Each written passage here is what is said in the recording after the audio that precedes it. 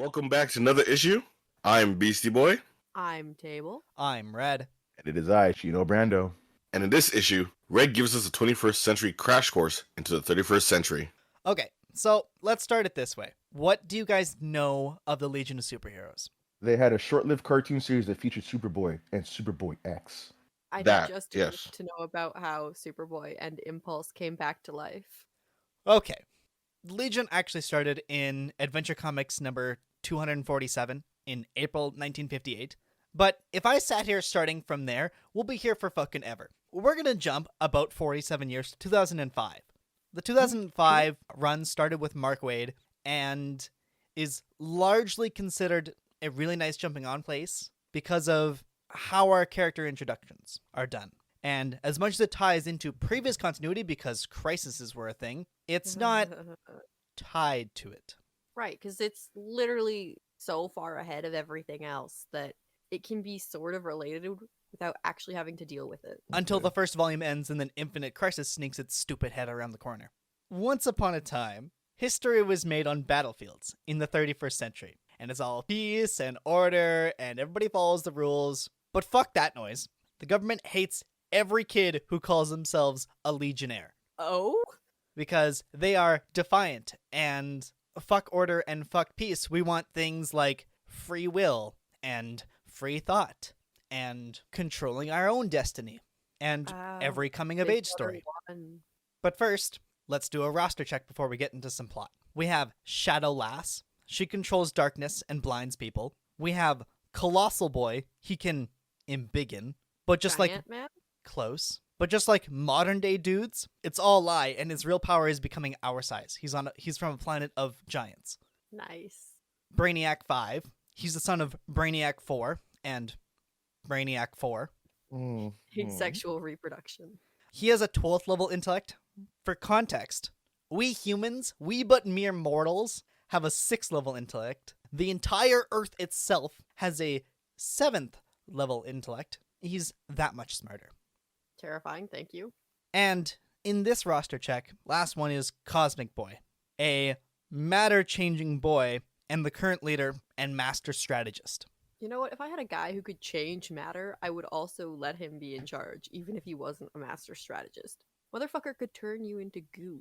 Now, the Legion is backed financially and also at odds with ideologically with the United Planets. For sake of this episode, it's just a bunch of planets. They all believe the same thing. That youngsters are dumb and wish to be controlled. The first mission we go on is stopping a rebellion on planet Lalor, which has now sought war of adults versus young adults. So anybody under the age of 18 was considered an enemy, and every adult was after them to murderize them. Sounds like real life. Weird move. After Cosmic Boy gets convinced that the council has made a decision, but seeing as it's a stupid decision, Cosmic Boy flips off the council and states the Legion's catchphrase. Does anybody know what it is? You're gonna tell us, aren't you? Oh, I'm gonna. Eat it, Grandpa. Cosmic Boy, 31st century. Grandpa's like, eat what? What does he mean? Have a spoon? How do you know it's my feeding time right now? Is he my nurse? What are we doing Have here? my meds as well? What is this place? Oh, it's starting again. The visions, they're coming. After stopping that rebellion, off panel, I might add, it's time for another roster check. So this time we have Dream Girl, a precog telepath that could rival Jean Grey. Element Lad, he can transmute things into elements on the periodic table exclusively. Oh, that's absolutely hilarious. And Karate Kid. Now, we've mentioned Karate Kid way in a previous episode before. Too Long Didn't Read, he's the best martial artist in the universe ever. He's got moves. All kinds of moves. And then he starts to mix martial arts together and then create his own. So, Dream Girl's precog abilities upsets Brainiac 5 extremely. How do you wrap logic around perceiving the future and continuously being right? Psychic bullshit. He goes on to say she makes a complete mockery of the scientific process. She doesn't even need to fuck around to find out. Exactly, she just knows. With this annoyance, the team is called to Dream Girl's home planet, Naltor. I'm gonna say this now, I've never heard any of these planets said out loud, so my pronunciation, take it with a grain of salt. Hey man, I'm gonna go with it because likewise, they have never been given an audible. So like I don't know what it's supposed to be pronounced as, so we'll just go as is, right? At this Heck yeah. point, anything you say is correct. So, on Naltor, all of Dreamgirl's cohabitants of her planet, everybody under the age of 18, aren't sleeping. And not just like because they stayed up too long playing Xbox or something. They're just perpetually not sleeping and they haven't been for months. Just like us, sleep is incredibly important to them. So they need Yeah. sleep more important than us because that's how their precog abilities like adjust for the timeline that they're currently in. Oh dear. And so when all of the young people aren't sleeping, they can't see into the future anymore. And to take that away and only give the young people a sense of what you know today and what you knew yesterday, essentially, drives them all absolutely insane. It's like yeah, that'd fuck with your head. Damn, sounds like a bad time. big bad time. So, Brainy sciences the shit out of this and solves the quote-unquote disease by placing a Legion flight ring on a young adult's finger. And ta-da, now they're sleeping. Why does that work? Because this anti-sleep is actually being caused by a ray, or well, a wave, from one of their religious leaders. And the reason this wave is in place is because the planet in 12 days is going to explode. Bad. And the religious leader has decided that I'm going to drive the destiny of this planet and fuck y'all and your chicken strips. So, obviously, the Legion, having absolutely zero of that, destroys the wave machine and lets the youth control their own destiny. I'm beginning to sense a pattern in these I'm stories. glad. Let's explain that Legion flight ring a little bit. Please. It grants the user flight, communication with other Legionnaires, and keeps the Legionnaires off public surveillance. So it's a cloaking mechanism of, radio waves and such. It is designed by Brainiac 5, and there's only so many of them because the element that is used to create the ring is kind of rare, so he only makes so many. This explains why in this run we don't do the most famous thing that the Legion is known to do, hold tryouts, which are essentially dumping grounds for audience OCs and goofy characters such as Arm Fall Off Boy. My boy. Unfortunately, no Legion tryouts. It's a move. But you know what it I is ain't happy time about for? Another roster check. So, this time, I bring you Starboy, the weekend's fucking favorite Starboy. character. Exactly. That's right. The motherfucking Star Boy. I see. Yep. He can increase gravity. Sunboy, That makes Motherfucking sun boy. who can generate heat like a sun. The best ship in the galaxy, if you ask me. Anyway. Damn. honestly, yeah. And then, alright, strap in for this one. Specifically, Yes. We have Princess Projectra. It's not real. Stop. That's what got you? That's not real. That's not real. That's not real. That is real. Princess Projectra, who is Mhm. honestly just insanely rich, and the more money she throws at the Legion, the more it upsets her daddy. Oh, You know what? Great. Happy to have you, ma'am. oh, she's got Bruce Wayne powers. Yeah, she Understood. bankrolls. She also, the moment her parents die, Oh. inherits Mm-hmm. like great Zatanna levels of arcane energy. Oh, Wild. okay. Not the route I thought you were going. I thought you were gonna say she's gonna inherit all the cash. I'm gonna go naturally. Yeah. So Sunboy and motherfucking Starboy have to go persuade the princess for a check so that way they Oh can my get a little bit more funding because they're running a little low. And while they are there, the planet in which Princess Projectra's parents are on, try saying that 5 times fast, gets absolutely murderized. A darn shame. Now, in exchange for the checks that she keeps writing, Sunboy and motherfucking Starboy have made her an honorary legionnaire with a ring and everything. And she goes, "When can I be on the team?" And they go, "When you have powers." And she goes, "Ah, rude." And then her parents die and she has powers, so now she's on the team. But is that power Batman syndrome? It might as well be. Yeah. Now, table. You see, it that's the truth because you know her powers didn't activate until she became an orphan. Yeah. All the money and dead parents? Okay. Here it is. So if you look on screen, I have included a picture of Princess Projectra, and allow me to just show you why she's my favorite. I can guess already at this juncture. Ah, I mean, Spooky Kate. I'm not mad at it. Shoulder pad? Her head doesn't no, look solar anything. pads. That's what we're called then. That's pretty good. Hey, Projectra, the 80s called. They want their shoulder pads back. Which 80s? The I don't know. 31st century. Is that Princess Projectra or is that Aaron Rodgers? I don't know. It looks like she's about to go play Ultimate Frisbee, and she brought her own. Bro, could you imagine? No, I got extra this. Don't worry. It's like her jersey lacks an NFL logo. Anyways, let's go. Joining our ruffian team also is Ultra Boy. He has essentially Superman powers with one caveat. He can only use one power at a time. That's ass. I'm sorry. Wait a minute. That's not very Ultra Boy. It's even plus ultra. Jesus Christ. Yeah. That's Right. kind of plus minus if you ask me. It is actually a segment in this book where Karate Kid is trying to teach Ultra Boy how to quick switch his powers better by tapping into his inner key or something. I don't know. Karate Kid loves Eastern medicine, so. What, he have to bind his powers to keys and Basically.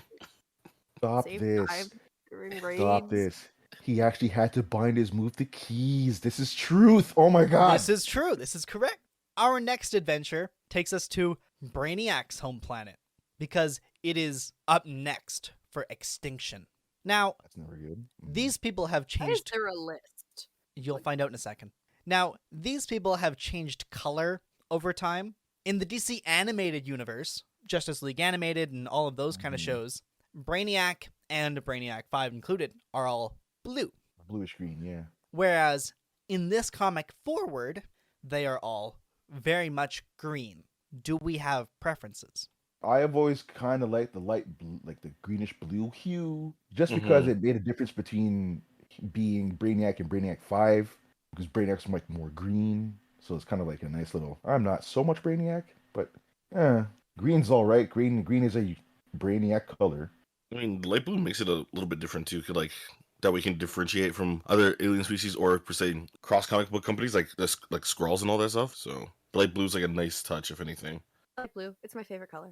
So, Brainiac's planet is called Kolu, and the inhabitants of Kolu are known for two things: being incredibly smart and, hey Shino, what happened to that bottle city of Kandor? That got shrunk, dude. Miniaturization. Itty bitty. And The so itty bitty city committee. Yes, I did it. there it is. And You so did the that's what thing. they've done. It's not the city committee, it's the planet committee. And the Kolus have shrunk themselves so that way they could increase their tech and increase their growth on the planet while using less resources, thereby being more efficient. They really went, you know what? We are running out of stuff. What if we were tiny and therefore all stuff was more? Exactly. You know, modern problems require modern solutions, and that's a pretty good solution. Exactly. Future problems require future solutions. However, the planet of Kolu has been infected Damn it. with a virus that has essentially removed all levels of intelligence from the Koluans. Is it called social media? I'm gonna stop. Okay. It's not. Oh. What it renders the Koluans as are essentially drooling zombies. So it is social media? It I might would as call well that be. bad. This leads us to Brainy having to drag his infected mother away from a control panel and put her down. Damn. Behind this extinction is a character called Lemnos, the Hand of Fate. Okay. Did you just say lemons No, Lemnos, the Hand of Fate. versus man. lemons? The Listen, hand. man, you could pronounce it any way you want though, but I'm with her. That's lemons. Lemons. All right, fine. A character with the ability to make people forget him when they're not looking at him. The silence? That's exactly what it is. Oh Okay. my god. Jesus. So, what she's referring to Oh is shit, the Red. That's why they look like that. Their faces are all puckered up because they have to eat lemons all the time. For context from my other host, the Silence is a Doctor Who villain, which has the same powers. So yeah, my dude Lemon over here with Forget-Me-Not powers is behind all of this. And you wanna know why? Because he loves fucking with the Legion. He loves getting kids Alzheimer's. Gotta get his kicks somehow. Kolu remains in this catatonic state until 45 issues later, where Brainiac does eventually brain blast the problem away. Now, Brainiac is super smart, right? And normal people, well, the other Legionnaires, don't trust him because he can outthink them. It's the same problem that Batman has. I was gonna say. So, while Brainiac is off-world dealing with his catatonic homeworld, a team of Legionnaires raid his office. And while they don't find anything and try to put everything back, Brainiac... Obviously, he's gonna notice. Exactly. Also, so unprofessional. Guys, that's someone's office. You weren't Man. there. And to prevent any more sneaking behind anybody's back, Cosmic Boy orders Brainiac to turn communication on the rings on all the time. This seems like a bad solution. That does. If I go to the washroom, right, with this ring on, are you guys hearing that? Because that's a little too much now. Yeah. This also broadcasts every single conversation Legionnaires have with each other, which doesn't work well when you are the team strategist and also team leader and decide to badmouth your coworkers. This has backfired now for Cosmic Boy, Obviously. and while making fun of Sun Boy, Brainiac gently reminds him of the order he was just given, and Colossal Boy comes and kicks the crap out of Cosmic Boy. That's fair, I think. This has now split the Legion fans that live outside the Legion HQ. It is a whole bunch of kids from a whole bunch of different planets that all have a variety of powers, that the sole reason they're there in front of HQ is because they strongly believe in what the Legion stands for: independence. This splits not only the fan base, but also the Legion team in two: Team Brainy and Team Cosmic Boy. I don't think anyone should be on Team Cosmic Boy here. You'd be surprised. I always am. You know what it's time for? And No, wait, hold on. Can I take a guess? Yes, Roster change? a roster check. This time brings us Invisible Kid. The tin doesn't lie. Triplicate Girl, who is Okay. able to duplicate herself and remerge and keeps all the memories from all the clones. Her entire planet gets eradicated, and she shadow clone jutsus enough to become the population of her own planet. That's wild. I don't see why you would bother, but okay. That's a bit much. Somewhere out there, Jamie Madrox is just like smiling.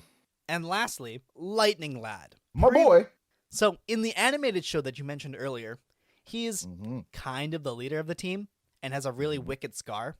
In this continuity, however, he is more of a, yes, attack and ask questions later, but wants and strives to encourage people on a group by group, planet by planet kind of basis to join the Legion team. Ambassador work. Exactly.